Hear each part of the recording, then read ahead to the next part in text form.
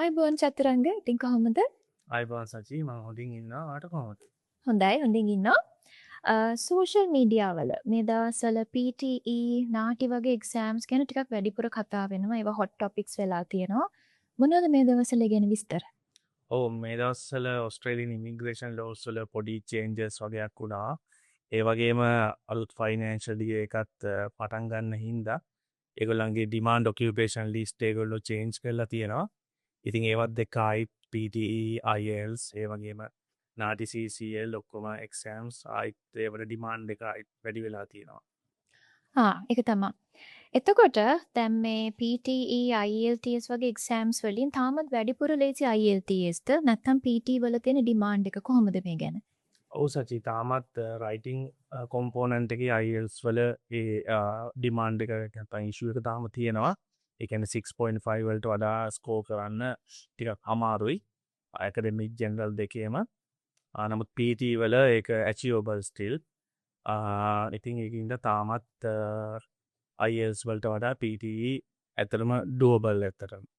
සචි ඒ වගේම දැන් ඔයත් අපිත් එක්ක එකතු වෙලා ගොඩක් කල් ලෙක්චරර් කෙනෙක් විදිහට වැඩ කරනවා.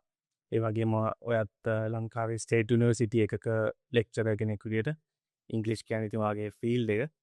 ඉතින් ඔයා මොන වගේ අඩුපාඩුද ගොඩක් දකින්නේ මේ ස්ටුඩන්ට්ලගේ දැන් මේ ඉංග්ලිෂ් පර්ෆෝමන්ස් පැත්තෙන්? ඔව් ඇත්තටම වැඩිපුරම මේ ගොඩක් ස්ටුඩන්ට්ස්ලාගෙන් මම දකින ලොකුම අඩුපාඩුව තමයි විශේෂයෙන්ම essay writing වගේ components වලදී ළමයි ටිකක් ස්ට්‍රක්චර්ස් වැඩිපුර කියන්නේ මොන හරි ටෙම්ප්ලේට් එකක් වැඩිපුර පාවිච්චි කරන්න try කරනවා. එකම ටෙම්ප්ලේට් එක use කරන්න පටන් ගන්නවා. ටෙම්ප්ලේට්ස් පාවිච්චි කරන තැනදී තමයි ගොඩක් වෙලාවට ඒ කියන්නේ ටෙම්ප්ලේට්ස් පාවිච්චි කරන්න එපා නෙවෙයි. ඒක බොහොම වයිස් විදිහට පාවිච්චි කරන්න ඕන. මොකද මෙතනදී අනිවාර්යෙන් ළමයි අතින් ගොඩක් මිස්ටේක්ස් වෙනවා. මොකද ටෙම්ප්ලේට් එකේ තියෙන ලැන්ග්වේජ් එකට වඩා ඒගොල්ලෝ කරන්නේ ෆ්‍රේම් එක ඇතුළට හිස්තැන් පුරවන එක.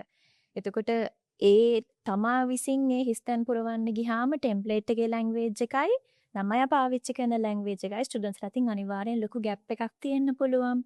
ඒ වගේම ටෙම්ප්ලේට් එකේ ඉතුරු කොටස පුරවන්න ඒගොල්ලෝ try කරනකොට එයාලා අතින් grammar mistakes එනවා. මොකද sentences connect කරගන්න ඒ වගේ කනෙක්ට් කරගන්න විදිහවල් ඒගොල්ලන්ට බෑ. ඒ කියන්නේ ඒගොල්ලන්ගේ පුරුද්ද නැහැ. මොකද තමන් ඒක ෆ්ලුවන්ට්ලි ලියනවා වගේ නෙවෙයි. ඒ වගේම ලැන්ග්වේජ් එකේ ෆෝමල් ඉන්ෆෝමල් කියන වෙනස තාම ගොඩක් කට්ටිය අඳුරන්නේ නැහැ. සමහර විට භාෂාව ලැන්ග්වේජ් ෆ්ලුවන්ට් කෙනෙකුණත් ෆෝමැලිටි කියන පැත්ත කට්ටිය වැඩි හිතන්නේ නැහැ. මොකද දැන් essay writing කියලා කියන්නේ ෆෝමැලිටි වැඩි රයිටිං එකක්. එතකොට හැම විටම අපි ටෙක්නිකල් ටර්ම්ස් ලින්කින් වර්ඩ්ස් මේ හැම දෙයක් ගැනම කල්පනා කරනකොට ෆෝමැලිටි හිතන්නත් ඕන. ඉතින් ඕව තමයි ටිකක් වැඩිපුර මම දකින මිස්ටේක්ස් ළමයි අතින් සිද්ධ වෙනවා. ඒක තමයි අපිත් උනත් ගොඩක් අපේ අර individual one on one mock test වලදී ගොඩක් බලන්නේ මේ ළමයින්ගේ ඉන්ඩිවිජුවල් පර්ෆෝමන්ස් ඉම්ප්‍රූව් කරන්න. ඒත් එක්කම අපේ ක්ලාස් වල අපි ඇකඩමික් රයිටින් සෙෂන්ස් එහෙමත් අඳුන්වලා දුන්නා. ඊට පස්සේ අපේ ග්‍රැමර් සෙෂන්ස් වෙනම අපි කරන හින්දා ඉතින් ඒවත් ඒගොල්ලන් ඉම්ප්‍රූව් කරගන්න ගොඩක් උදව් වෙනවා නේද? ඔව් ඒක හරි. ඒ වගේ මට තව එක ප්‍රශ්නයක් ඔයාගෙන් අහන්න තියෙනවා. දැනටමත් ඔයා ඕස්ට්‍රේලියාවල ඉංජිනේර් කෙනෙක් විදිහට වැඩ කරනවා. එතකොට මේ වගේ ප්‍රොෆෙෂනල් ලයිෆ් එකත් එක්ක මේ වගේ කම්පිටිටිව් එක්සෑම්ස් කරන්න ටිකක් අමාරු විශේෂයෙන්ම PT වගේ වට ගොඩාක් ප්‍රැක්ටිස් කරන්න ඕන. ඔයා මොකක්ද දෙන බැකප් එක මේ වගේ කොහොමද ප්‍රොෆෙෂනල් ලයිෆ් එකයි එක්සෑම්ස් උයි කොහොමද බැලන්ස් කරගන්නේ ප්‍රැක්ටිස් කරන්නේ අපිට මොනවද ඒ ගැන කතා කරන්න තියෙන්නේ? ඔව් ඔස්ට්‍රේලියාව විතරක් නෙමෙයි අපිත් එක්ක ගොඩක් ප්‍රොෆෙෂනල්ස්ලා එකතු වෙනවා ඩුබායි වලින් ඒ වගේම ලංකාවේ ඉන්න අය ඒ වගේම සිංගප්පූර් ඒ වගේම නිව්සීලන්ඩ් ඒ වගේ රටවල් වලින් ඉන්න ගොඩක් අය අපිත් එක්ක එකතු වෙනවා ඔන්ලයින් අපේ ක්ලාසස් තියෙන හින්දා. ඉතින් අපේ ක්ලාසස් වල එක්සෑම් එකේ සෙන්ටර් එකක් තෝරගන්න එකේ ඉඳන් ඒ වගේම PT එක්සෑම් එකේ රෙජිස්ටර් වෙනකොට ඒකට දාන්න ඕන ආන්සර්ස් ටික ඒ හැමදේමත් එක්ක අපි තව 24/7 ඔන්ලයින් ඇසිස්ටන්ස් එකක් ලබා දෙනවා. ඉතින් ඒගොල්ලන්ට මේ මොනවා හරි ප්‍රැක්ටිස් කරගෙන යනකොට මොනවා හරි ප්‍රශ්න මොනවා හරි තියෙනවා නම් ඒවා විසඳගන්න. ඉතින් ඒ වගේම අපි අර ඉන්ඩිවිජුවල් මොක් ටෙස්ට් වෙනම ප්‍රොවයිඩ් කරන හින්දා ඉතින් ඒ ඔක්කොම එකතු කරාම ඉතින් අපි පුළුවන් තරම් බලනවා ෆුල් පැකේජ් එකක් විදියට ප්‍රොෆෙෂනල්ස්ට අපේ පැත්තෙන් ෆුලි සපෝට් එක දෙන්න. ඒ වගේම තමයි අපි ක්ලාස් එකේ ඇතුළේදී අපි ළමයින්ට ගොඩක් වෙලාවට සිංහලෙන් තමයි ෆීඩ්බැක් එක දෙන්නේ. අපි වැඩිපුර ඉංග්‍රීසි පාවිච්චි කරනවා. නමුත් අපි ෆීඩ්බැක් එහෙම දෙනකොට ටිකක් එයාලගේ ගයිඩන්ස් වැඩියෙන් සිංහලෙන් කරන්නේ. ඒකේ ප්‍රධානම අරමුණ ඇත්තටම දැන් මේගොල්ලන් සිංහල කතා කරන ළමයි මේක වෙනම භාෂාවක් දෙවෙනි භාෂාව විදිහට තමයි විශේෂයෙන්ම ලංකාවේ අපේ සිංහල කට්ටිය මේ භාෂාව පාවිච්චි කරන්නේ. ඉතින් අපේ මේ ප්‍රධානම අරමුණ වෙන්නේ ඒගොල්ලන්ට හරියට ගයිඩන්ස් එකක් දෙන එක. බොහොම පහසුවෙන් යාළුවට එතකොට මේ එක්සෑම් වලට ප්‍රැක්ටිස් කරන්න පුළුවන්. ඔව් ඒ වගේම තමයි අපේ ක්ලාස් එකේ ඇතුළේදී ටිකක් ෆීඩ්බැක් දෙනකොට අපි සිංහල තමයි ටිකක් පාවිච්චි කරන්නේ. මොකද ඒකට හේතුව මේගොල්ලන් සිංහල තමයි කතා කරන්නේ ලංකාවේ අපි දෙවෙනි භාෂාවක් විදිහට ඉංග්‍රීසි පාවිච්චි කරන්නේ. ඉතින් යාළුවට හරි ගයිඩන්ස් එකක් දෙන්න ඕන නිසා අපි ටිකක් සිංහල පාවිච්චි කරලා ඒගොල්ලන්ට ඒ ෆීඩ්බැක්ස් දෙන ඒවා එහෙම දෙනවා. ඒ වගේම මට තව එක ප්‍රශ්නයක් ඔයාගෙන් අහන්න තියෙනවා.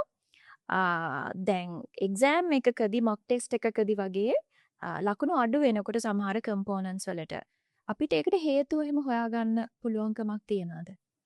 ඕ අනිවාර්යයෙන්ම සචී. මොකද මේ එක්සෑම් එකක් කරලා අනිවාර්යයෙන්ම මොනවා හරි මාක්ස් එහෙම අඩු වුණොත් එහෙම කොහෙද වැරදුනේ කියලා බලන එක ගොඩක් අනිවාර්යයි.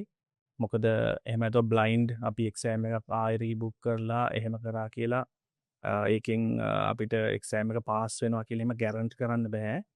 උතර එක්සෑම් එක එහෙම කරනකොට මේ එක්සෑම් එකේදී අපිට එක්සෑම් එක රිසල්ට් එක ආවට පස්සේ ඒකත් එක්කම අපිට පුළුවන් ස්කිල්ස් ප්‍රොෆයිල් එක ඇනලයිස් කරගන්න.